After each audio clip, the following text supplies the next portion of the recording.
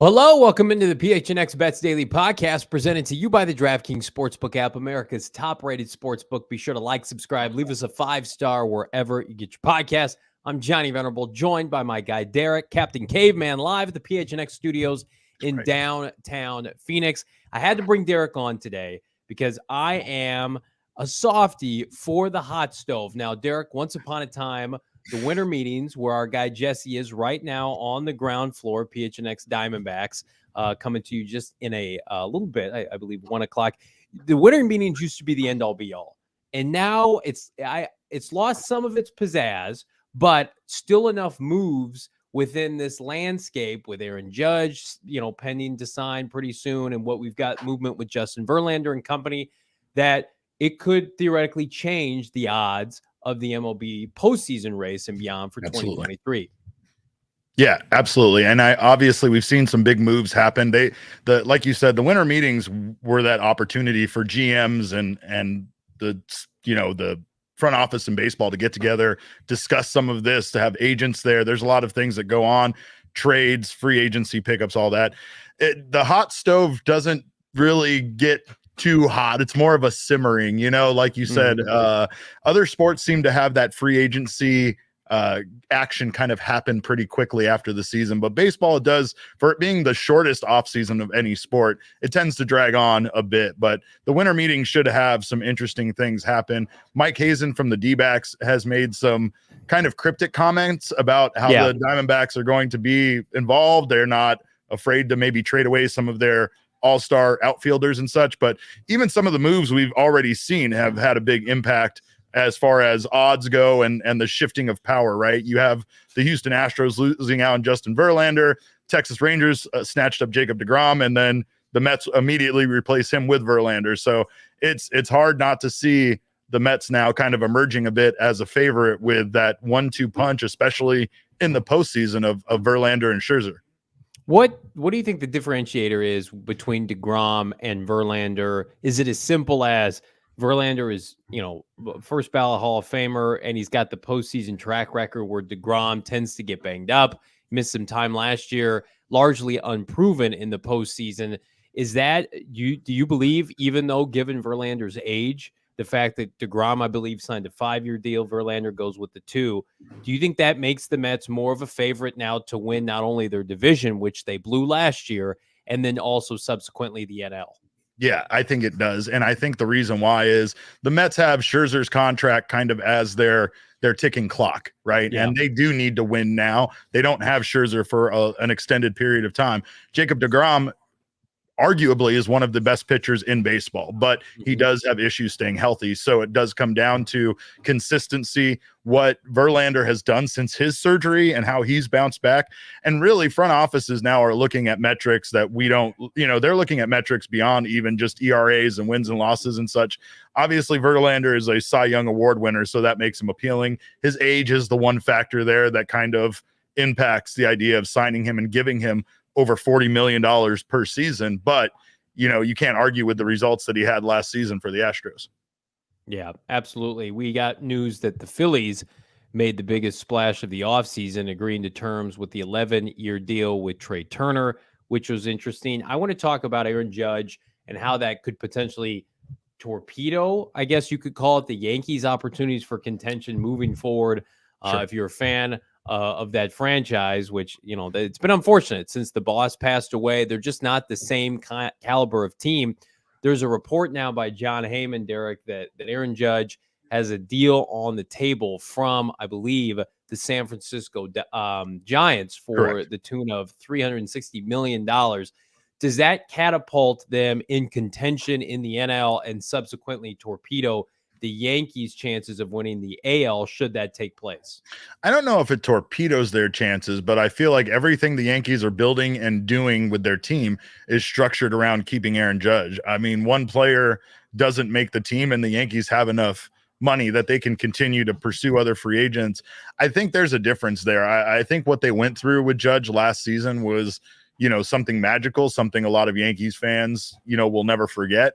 I think it would be detrimental to the fan base and to the team to lose him. I think it would be beyond just his numbers. I think it would literally let the air out of their balloon. They just still have enough money to still be active and try to do something to replace him.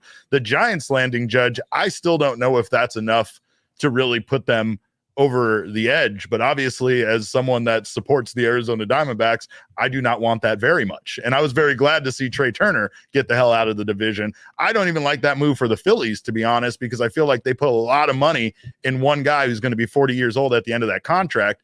I just think the Phillies are in the belief that they were close enough to win the World Series, that they're kind of in a must-win now situation, just like the Mets are. Yeah, the Yankees plus 1,000 right now to win the World Series, according to our friends at DraftKings. You figure that's going to plummet significantly should they lose, Judge. Right Correct. now, the runaway favorites still currently to win the NL, according to DraftKings, are the LA Dodgers. It's funny, they've got the pandemic title, which a lot of people put the asterisk next to, and then they largely have gone, I don't know, underachieving in the postseason. They're plus 285. The Mets at plus 450. Do you like any bets specifically as it relates to the NL for future odds on DraftKings, Derek? I do. I like the Mets very much. So I like the Mets as not only win their division, but win the World Series. I think that this, I still think they're not even done spending money, to be honest. I think that they're still going to be active in free agency. I think the Dodgers, honestly, are in a bit, it's weird because they're still the Dodgers, right? And I think somebody said, in our chat, watch Andy Pages come up, get called up and hit 400 and lead this team to the playoffs. But the Dodgers just seem to be that team that have this not only well of talent in their minor league system, but they're also able to capitalize on any available free agents, or even some of the trades they've made have been, blockbuster trades and kind of leave you scratching your head how they're able to pull it off and bring in such big names. I just think the Dodgers, if they don't get Carlos Correa, or they don't get another one of these big name shortstops to now replace what they've lost, I think that their odds might not be so favorable. I think that that could maybe be a bit of the reason why the Diamondbacks feel a bit compelled to try to win now. The team was better than they imagined last year. I'm sure they beat their projections a bit. They're projected this season by Zips to be an over 500 ball club, and honestly, that's without any additions as it stands. So if the Diamondbacks can maybe bring in, somebody that can help this team win ball games. I just don't know. Like right now they're tied to Xander Bogaerts, and I just don't know if that's the kind of money I want to see this team spending with the state that the team is currently in. Yeah, they're in a tough spot when you talk about spending money for the sake of spending money, and it's got to be on value over quality over quantity. And we'll see what the Diamondbacks do. And you can get future odds right now on the DraftKings Sportsbook app. Listen, DraftKings is the premier place to lay down wagers as it relates to MLB. We've got obviously the World Cup going on. If you made some coin last night via the Buccaneers and Saints, I'm envious of you. Our bets did not turn out well. But what will turn out well is using that promo code PHNX. Download the DraftKings Sportsbook app now. Promo code PHNX. All you got to do, place a $5 bet on any NFL team to win their game, and you get $150 back in free bets if they do. Again, promo code PHNX at DraftKings. Minimum age and eligibility restrictions apply. See those show notes for details. A couple other bets that I like here, producer Jacob.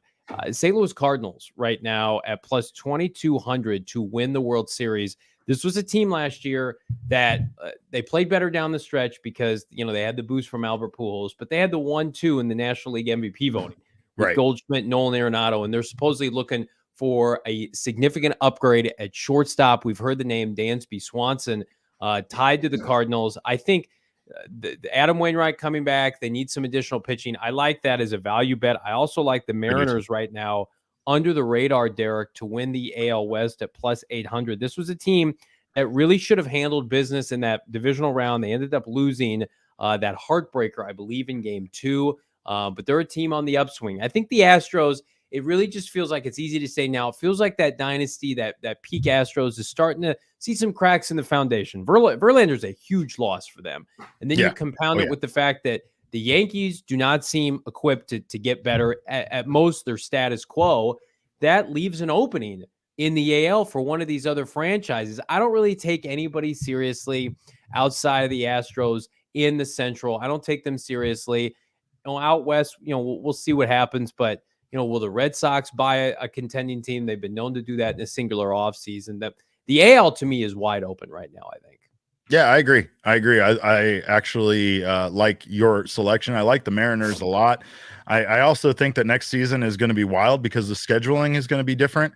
So Yeah. these teams aren't going to play each other nearly as much. I think there would be a part of me that would think that, the AL West might be a little bit more up for grabs if Yeah. they did, but I like the Mariners, and I think that the Mariners and I also like the Cardinals pick. Plus 2200 seems like a pretty, I don't know. The Cardinals seem like a better team than that, like you said, with the. Well, they won the Central last year, and there are Yeah. 3 teams in the NL East that have significantly higher odds to win the World Series. Right. I think the Cardinals in the NL alone are the 5th or 6th best odds, and then you've got the Braves, the Mets, all ahead of them, the Phillies. And then the Nationals obviously have one of the worst odds, but the NL East will just kind of eat each other, won't it? Yeah, I think so. And again, like the only thing that makes me hesitant to say that is, again, the schedule next year is so weird. Like the Diamondbacks play the Dodgers right off the bat twice, and then they don't see them again, I think, until July. So Wow. it's not like it's been in the past where you primarily play your division, then you mix in a little bit more of the division, and then you'll get a little bit of interleague play. Like next year is going to be kind of a more well-rounded schedule when it comes to how many teams play each other. But I like the Mets, like I said, for World Series, and I really like the Cleveland Guardians. I really do. I think the Cleveland Guardians is a young, exciting team. I think that they did a lot with very little, and those guys are going to be a part of that team for a number of years. So if they can capitalize on the momentum that they had last season and kind of maybe make some additions where they need to, that I think that can be a very exciting team. Like you said, the AL is wide open, so it leads me to kind of lean towards one of these younger teams that are hungry for the opportunity to take it. Absolutely. Those are our MLB winter cash-ins. I got a couple tasty nuggets on the NBA slate tonight. Check this out. Lakers money line plus 175. Lakers have been playing good ball. Getting them plus money. I like that. I also like the Nuggets -5, which you can get as a favorite against the Mavericks, who just had that big emotional victory over the Suns yesterday. We hate to see that. We'd love to see them take the L today. You can get them at -200 on DraftKings. Yeah, I need to see the Dallas Mavericks lose. I don't know if I feel great about that after watching what they did to the Suns, but still. Yeah. I feel great about this partnership, Derek. Thank you so much for hopping on to PHNX Bets Daily Podcast. We've got Diamondback news to talk about at the top of the hour, do we not? We do. We have some exciting stuff. Again, Jesse's out there at the winter meetings, and there's been some activity. There's kind of been some comments about Mike Hazen. Tonight is the MLB draft lottery, the first time in history they've ever had a draft lottery. So it's structured weird. It's structured in a very weird way where it gives like the 3 worst teams kind of the same odds at winning the number 1 overall pick. It tries to do everything it can to de-incentivize or decentivize losing, tanking, all of that kind of stuff. Tank season. Yeah, it's tank season's over. So now it's just trying to make it fair. The Diamondbacks have very low shot at the number 1 pick, but they do have a chance. So that's something that Jesse asked Mike Hazen about, and there were some jokes about their less than 2% chance at winning. But hey, it makes watching fun. We have a horse in the race, so we get to see if there's a chance. The Diamondbacks, it's not just the number 1 pick, because they give out the top 6 picks. So there's a chance the Diamondbacks could snag a much higher spot potentially if the lottery balls fall their way. You absolutely love to see it. You'd love to see Captain Caveman here with us on PHNX Bets anytime he joins us with his presence. We don't know. Shane will probably be back tomorrow. We'll talk a little college football preview for Saturday. Got a loaded NFL slate upcoming this week and the continuation of the World Cup. For Derek, I'm Johnny. Subscribe. We'll see you tomorrow.